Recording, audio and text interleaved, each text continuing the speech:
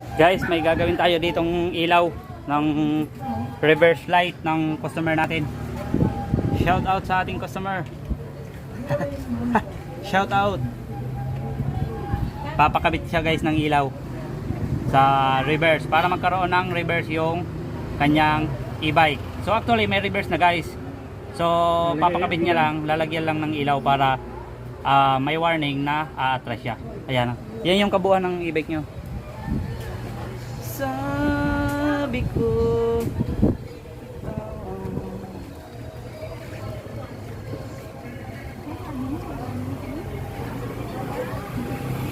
di ba?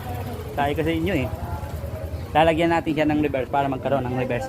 Siyempre, kukonek natin doon sa reverse connection. So, titingnan natin guys kung iilaw. Let's go! Guys, tapos na natin na install ng reverse light.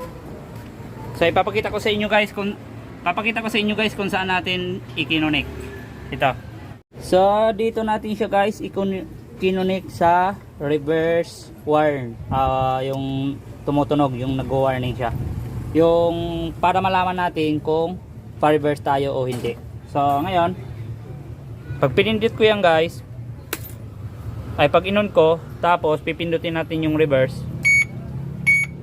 Yan yung tumutunog. Tapos,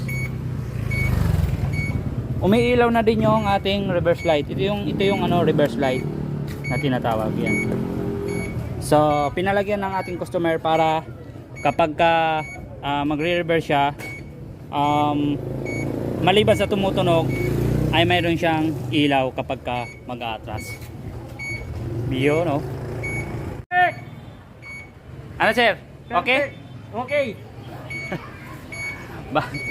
Bye-bye guys. Dito na lang yung video natin. Ayan na.